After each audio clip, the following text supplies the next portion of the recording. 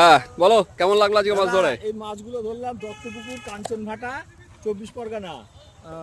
তো এই আপনার কস্তুরি মশলা, পিসি অয়েল, 3 মূর্তি পিসি অয়েল, আর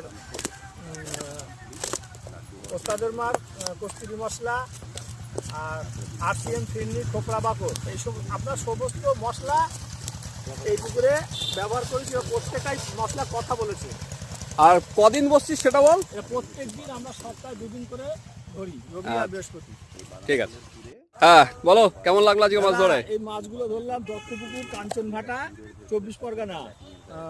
তো এই আপনার কস্তুরি মশলা, পিসি অয়েল, 3 মূর্তি পিসি অয়েল, আর